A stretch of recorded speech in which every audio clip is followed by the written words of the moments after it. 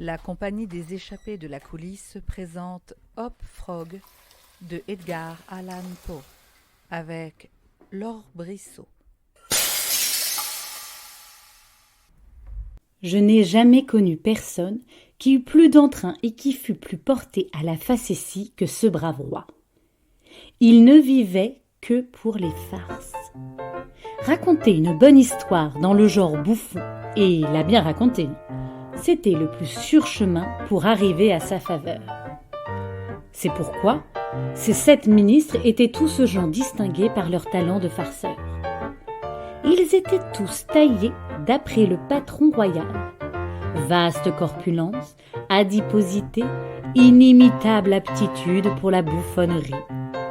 Que les gens engraissent par la farce ou qu'ils aient dans la graisse quelque chose qui prédispose à la farce, c'est une question que je n'ai jamais pu décider.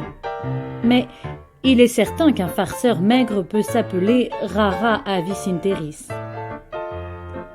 Quant au raffinement, ou ombre de l'esprit, comme il les appelait lui-même, le roi s'en souciait médiocrement. Il avait une admiration spéciale pour la largeur dans la facétie et il la digérait même en longueur pour l'amour d'elle. Les délicatesses l'ennuyaient. Il aurait préféré le Gargantua de Rabelais aux Zadig de Voltaire et, par-dessus tous les bouffonneries en action, accommoder son goût bien mieux encore que les plaisanteries en paroles. À l'époque où se passe cette histoire, les bouffons de profession n'étaient pas tout à fait passés de mode à la cour. Quelques-unes des grandes puissances continentales gardaient encore leurs fous. C'étaient des malheureux, bariolés, ornés de bonnets à sonnettes, et qui devaient être toujours prêts à livrer, à la minute, des bons mots subtils en échange des miettes qui tombaient de la table royale. Notre roi, naturellement, avait son fou. Le fait est qu'il sentait le besoin de quelque chose dans le sens de la folie, ne fût-ce que pour contrebalancer la pesante sagesse des 7 hommes sages qui lui servaient de ministres, pour ne pas parler de lui. Néanmoins, son fou, son bouffon de profession, n'était pas seulement un fou. Sa valeur était triplée aux yeux du roi par le fait qu'il était en même temps nain et boiteux. Dans ce temps-là, les nains étaient à la cour aussi communs que les fous, et plusieurs monarques auraient trouvé difficile de passer leur temps. Le temps est plus long à la cour que partout ailleurs, sans un bouffon pour les faire rire et un nain pour en rire. Mais, comme je l'ai déjà remarqué, tous ces bouffons, dans 99 cas sur 100, sont gras, ronds et massifs. De sorte que c'était pour notre roi une ample source d'orgueil de posséder dans Hop Frog, c'était le nom du fou, un triple trésor en une seule personne. Je crois que le nom de Hop Frog n'était pas celui dont l'avaient baptisé ses parrains, mais qui lui avait été conféré par l'assentiment unanime des 7 ministres en raison de son impuissance à marcher comme les autres hommes. Dans le fait, Hop Frog ne pouvait se mouvoir qu'avec une sorte d'allure interjectionnelle, quelque chose entre le saut et le tortillement, une espèce de mouvement qui était pour le roi une récréation perpétuelle et, naturellement, une jouissance. Car, nonobstant la proéminence de sa panse et une bouffissure constitutionnelle de la tête, le roi passait aux yeux de toute sa cour pour un fort bel homme. Mais, bien que Hop Frog, grâce à la distorsion de ses jambes, ne pût se mouvoir que très laborieusement dans un chemin ou sur un parquet, la prodigieuse puissance musculaire dont la nature avait doué ses bras, comme pour compenser l'imperfection de ses membres inférieurs, le rendait apte à accomplir maints traits d'une étonnante dextérité quand il s'agissait d'arbres, de cordes ou de quoi que ce soit où l'on pût grimper. Dans ces exercices-là, il avait plutôt l'air d'un écureuil ou d'un petit singe que d'une grenouille. Je ne saurais dire précisément de quel pays Hop Frog était originaire. Il venait sans doute de quelques régions barbares dont personne n'avait entendu parler, à une vaste distance de la cour de notre roi.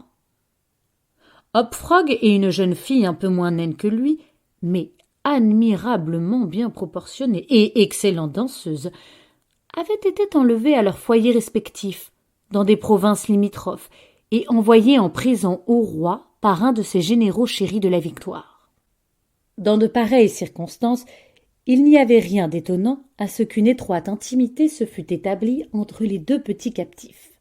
En réalité, ils devinrent bien vite deux amis jurés. Hop Frog, qui, bien qu'il se mît en grands frais de bouffonnerie, n'était nullement populaire, ne pouvait pas rendre à Trippetta de grands services.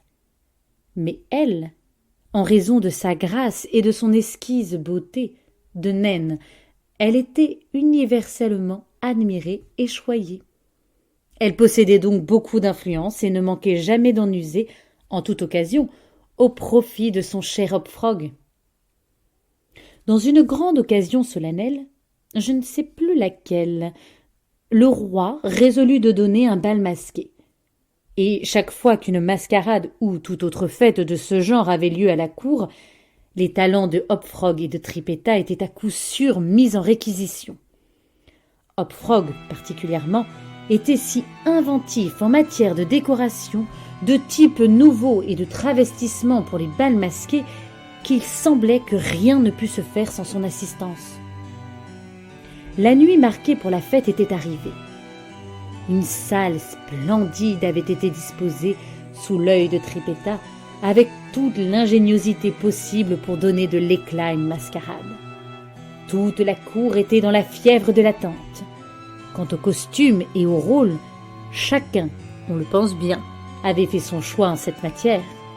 Beaucoup de personnes avaient déterminé les rôles qu'elles adopteraient une semaine ou même un mois d'avance.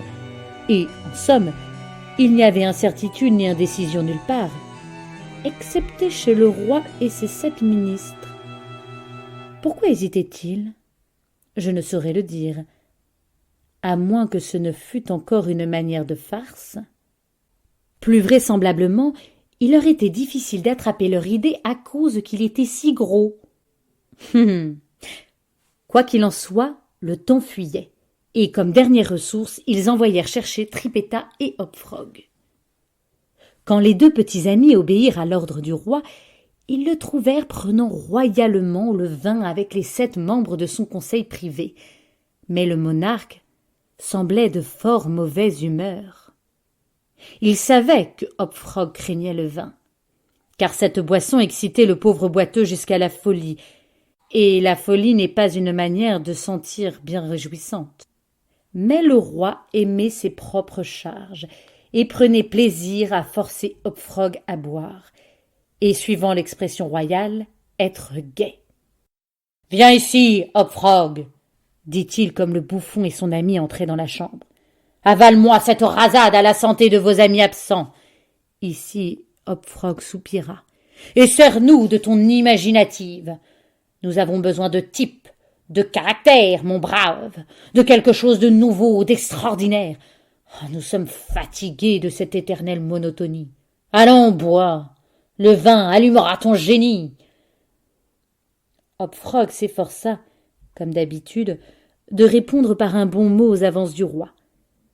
Mais l'effort fut trop grand, car c'était justement le jour de naissance du pauvre nain, et l'ordre de boire à ses amis absents fit jaillir les larmes de ses yeux.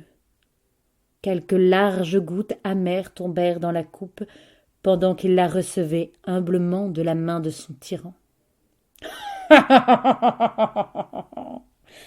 Rugit ce dernier comme le nain épuisait la coupe avec répugnance. « Vois ce que peut faire un bon vin. Tes yeux brillent déjà. » Pauvre garçon, ses larges yeux étincelaient plutôt qu'ils ne brillaient, car l'effet du vin sur son excitable cervelle était aussi puissant qu'instantané. Il plaça nerveusement le gobelet sur la table et promena sur l'assistance un regard fixe et presque fou. Ils semblaient tous s'amuser prodigieusement du succès de la farce royale. « Et maintenant à l'ouvrage !» dit le Premier ministre, un très gros homme. « Oui !» dit le roi. « Hum, Hop Frog, prête-nous ton assistance. Des types, mon beau garçon, des caractères. Nous avons besoin de caractères. Nous en avons tous besoin. »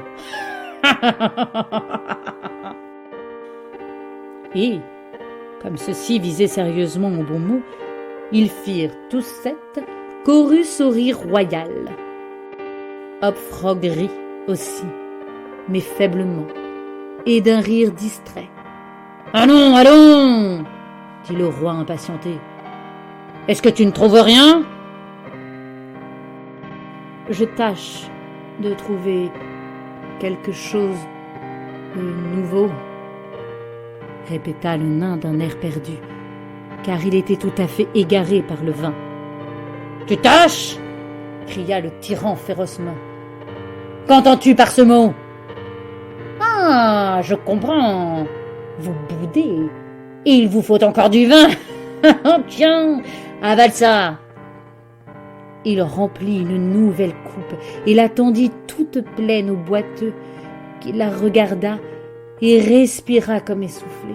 « Bois, te dis-je !» cria le monstre. « Ou par les démons !» Le nain hésitait. Le roi devint pourpre de rage. Les courtisans souriaient cruellement. Trippetta, pâle comme un cadavre, s'avança jusqu'au siège du monarque et, s'agenouillant devant lui, elle le supplia d'épargner son ami. Le tyran la regarda pendant quelques instants, évidemment stupéfait d'une pareille audace. Il semblait ne savoir que dire, ni que faire, ni comment exprimer son indignation d'une manière suffisante. À la fin, sans prononcer une syllabe, il la repoussa violemment loin de lui et lui jeta à la face le contenu de la coupe pleine jusqu'au bord. La pauvre petite se releva du mieux qu'elle put, et n'osant pas même soupirer, elle reprit sa place au pied de la table. Il y eut pendant une demi-minute un silence de mort, pendant lequel on aurait entendu tomber une feuille, une plume. Ce silence fut interrompu par une espèce de grincement sourd, mais rauque et prolongé qui sembla jaillir tout d'un coup de tous les coins de la chambre. « Pourquoi faites-vous ce bruit ?» demanda le roi, se retournant avec fureur vers le nain. Ce dernier semblait être revenu à peu près de son ivresse, et, regardant fixement, mais avec tranquillité, le tyran en face, il s'écria simplement. « Moi ? Moi ? Comment pourrait-ce être moi ? » « Le son m'a semblé venir du dehors, » observa l'un des courtisans. « J'imagine que c'est le perroquet à la fenêtre qui aiguise son bec au barreau de sa cage. »« C'est vrai, » répliqua le monarque, comme très soulagé par cette idée. « Mais sur mon honneur de chevalier, j'aurais juré que c'était le grincement des dents de ce misérable. » Là-dessus, le nain se mit à rire. Le roi était un farceur trop déterminé pour trouver à redire au rire de qui que ce fût, et déploya une large, puissante et épouvantable rangée de dents. Bien mieux, il déclara qu'il était tout disposé à boire autant de vin qu'on voudrait. Le monarque s'apaisa, et Hop Frog, ayant absorbé une nouvelle rasade sans le moindre inconvénient, entra tout de suite et avec chaleur dans le plan de la mascarade. « Je ne puis expliquer, » observa-t-il fort tranquillement et comme s'il n'avait jamais goûté de vin de sa vie, « comment s'est faite cette association d'idées. Mais juste après que votre majesté eut frappé la petite et lui eut jeté le vin à la face, juste après que votre majesté eut fait cela, et pendant que le perroquet faisait ce singulier bruit derrière la fenêtre, il m'est revenu à l'esprit un merveilleux divertissement. C'est un des jeux de mon pays, et nous l'introduisons souvent dans nos mascarades. Mais ici, il sera absolument nouveau. Malheureusement, ceci demande une société de 8 personnes, et nous sommes 8 s'écria le roi, riant de sa subtile découverte. 8, juste. Moi et mes 7 ministres. Voyons, quel est ce divertissement? Nous appelons cela, dit le boiteux, les 8 orang-outans enchaînés. Et c'est vraiment un jeu charmant quand il est bien exécuté. Nous l'exécuterons, dit le roi en se redressant et abaissant les paupières. La beauté du jeu, continua Hop Frog, consiste dans l'effroi qu'il cause parmi les femmes. « Excellent, excellent, excellent !» rugirent en chœur le monarque et son ministère. « C'est moi qui vous habillerai en orang-outan, » continua le nain. « Fiez-vous à moi pour tout cela. La ressemblance sera si frappante que tous les masques vous prendront pour de véritables bêtes, et naturellement ils seront aussi terrifiés qu'étonnés. »« Oh, c'est ravissant !» s'écria le roi. « Hop Frog, nous ferons de toi un homme !» Les chênes ont pour but d'augmenter le désordre par leur tintamarre. Vous êtes censé avoir échappé en masse à vos gardiens. Votre majesté ne peut se figurer l'effet produit dans un bal masqué par 8 orangs-outans enchaînés, que la plupart des assistants prennent pour de véritables bêtes, se précipitant avec des cris sauvages à travers une foule d'hommes et de femmes coquettement et somptueusement vêtus. Oh, le contraste n'est pas sans pareil. « Cela sera !» dit le roi. Et le conseil se leva en toute hâte, car il se faisait tard, pour mettre à exécution le plan de Hop Frog. Sa manière d'arranger tout ce monde en orang-outan était très simple, mais très suffisante pour son dessein. À l'époque où se passe cette histoire, on voyait rarement des animaux de cette espèce dans les différentes parties du monde civilisé. Et, comme les imitations faites par le nain étaient suffisamment bestiales et plus que suffisamment hideuses, on crut pouvoir se fier à la ressemblance. Le roi et ses ministres furent d'abord insinués dans des chemises et des caleçons de tricot collant. Puis, on les enduisit de goudron. À cet endroit de l'opération, quelqu'un de la bande suggéra l'idée de plumes, mais elle fut tout d'abord rejetée par le nain, qui convainquit bien vite les 8 personnages par une démonstration oculaire que le poil d'un animal tel que l'orang-outan était bien plus fidèlement représenté par du lin. En conséquence, on en étala une couche épaisse par-dessus la couche de goudron. On se procura alors une longue chaîne. D'abord, on la passa autour de la taille du roi, et on l'y assujettit. Puis autour d'un autre individu de la bande, et on l'y assujettit également. Puis successivement autour de chacun, et de la même manière. Quand tout cet arrangement de chaînes fut achevé, en s'écartant l'un de l'autre aussi loin que possible, ils formèrent un cercle. Et, pour achever la vraisemblance, Hop Frog fit passer le reste de la chaîne à travers le cercle, en 2 diamètres, à angle droit, d'après la méthode adoptée aujourd'hui par les chasseurs de Bornéo qui prennent des chimpanzés ou d'autres grosses espèces. La grande salle dans laquelle le bal devait avoir lieu était une pièce circulaire, très élevée, et recevant la lumière du soleil par une fenêtre unique au plafond. La nuit, c'était le temps où cette salle trouvait sa destination spéciale. Elle était principalement éclairée par un vaste lustre, suspendu par une échelle au centre du châssis et qui s'élevait ou s'abaissait au moyen d'un contrepoids ordinaire. Mais, pour ne pas nuire à l'élégance, ce dernier passait en dehors de la coupole et par-dessus le toit. La décoration de la salle avait été abandonnée à la surveillance de Trippetta, mais, dans quelques détails, elle avait probablement été guidée par le calme jugement de son ami le nain. C'était d'après son conseil que, pour cette occasion, le lustre avait été enlevé. L'écoulement de la cire, qu'il eût été impossible d'empêcher dans une atmosphère aussi chaude, aurait causé un sérieux dommage aux riches toilettes des invités qui, vu l'encombrement de la salle, n'auraient pas pu tous éviter le centre, c'est-à-dire la région du lustre. De nouveaux candélabres furent ajustés dans différentes parties de la salle, hors de l'espace rempli par la foule, et un flambeau, d'où s'échappait un parfum agréable, fut placé dans la main droite de chacune des cariatides qui s'élevaient contre le mur, au nombre de 50 ou 60 en tout. Les 8 orang-outans, prenant conseil de Hop Frog, attendirent patiemment pour faire leur entrée que la salle fût complètement remplie de masques, c'est-à-dire jusqu'à minuit. Mais l'horloge avait à peine cessé de sonner qu'ils se précipitèrent, ou plutôt qu'ils roulèrent tous en masse, car, empêchés comme ils étaient dans leur chaîne, quelques-uns tombèrent et tous trébuchèrent en entrant. La sensation parmi les masques fut prodigieuse et remplit de joie le cœur du roi. Comme on s'y attendait, Le nombre des invités fut grand, qui supposèrent que ces êtres de mine féroce étaient de véritables bêtes d'une certaine espèce, sinon précisément des orang-outans. Plusieurs femmes s'évanouirent de frayeur, et, si le roi n'avait pas pris la précaution d'interdire toutes les armes, lui et sa bande auraient pu payer leurs plaisanteries de leur sang. Bref, ce fut une déroute générale vers les portes. Mais le roi avait donné l'ordre qu'on les fermât aussitôt après son entrée, et, d'après le conseil du nain, les clés avaient été remises entre ses mains.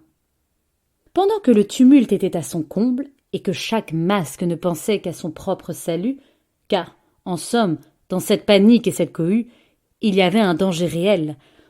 On aurait pu voir la chaîne qui servait à suspendre le lustre et qui avait été également retirée, descendre jusqu'à ce que son extrémité recourbée en crochet fût arrivée à 3 pieds du sol. Peu d'instants après, le roi et ses 7 amis, ayant roulé à travers la salle dans toutes les directions, se trouvèrent enfin au centre et en contact immédiat avec la chaîne.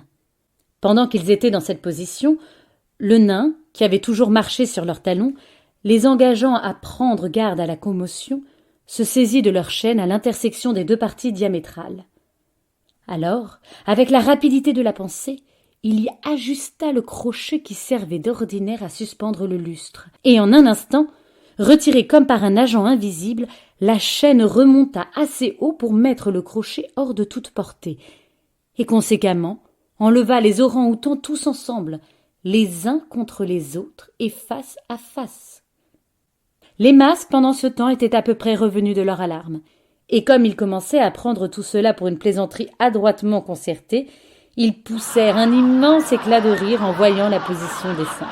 « Gardez-les-moi » cria alors Hop-Frog, et sa voix perçante se faisait entendre à travers le tumulte. « Gardez-les-moi ! Je crois que je les connais, moi. Si je peux seulement les bien voir, moi, je vous dirai tout de suite qui ils sont. » Alors, chevauchant des pieds et des mains sur les têtes de la foule, il manœuvra de manière à atteindre le mur.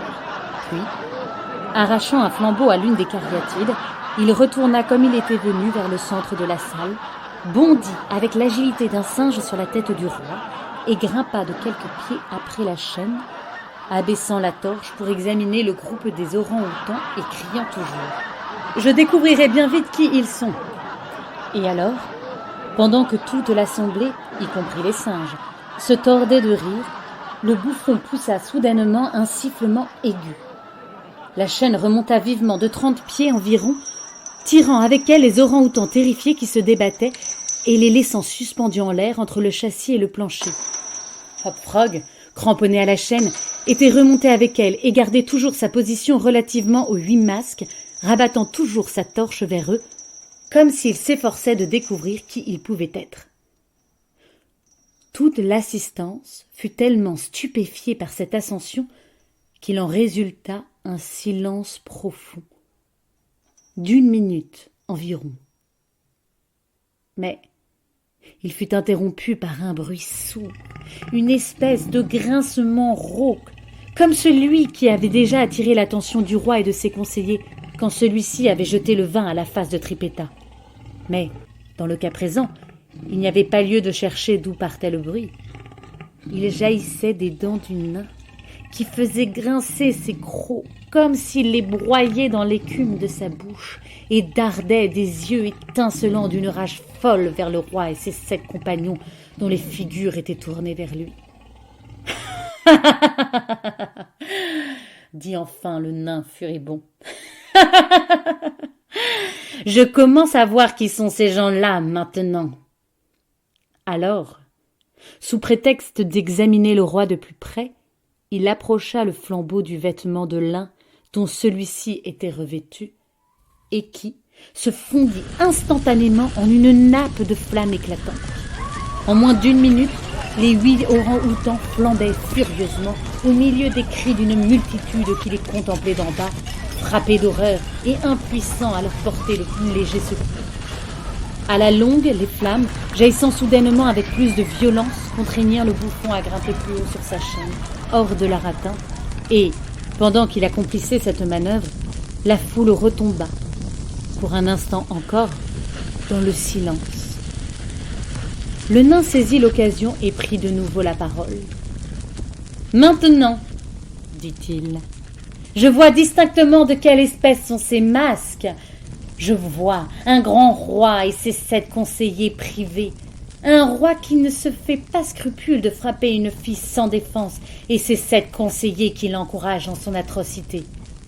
Quant à moi, je suis simplement Hop-Frog, le bouffon, et ceci est ma dernière bouffonnerie. » Grâce à l'extrême combustibilité du chanvre et du goudron auquel il était collé, le nain avait à peine fini sa courte harangue que l'œuvre de vengeance était accomplie. Les 8 cadavres se balançaient sur leurs chaînes. Masse confuse, fétide, fuligineuse, hideuse. Le boiteux lança sa torche sur eux, grimpa tout à loisir vers le plafond et disparut à travers le châssis. On suppose que Trippetta, en sentinelle sur le toit de la salle, avait servi de complice à son ami dans cette vengeance incendiaire, et qu'ils s'enfuirent ensemble vers leur pays. Car on ne les a jamais revus.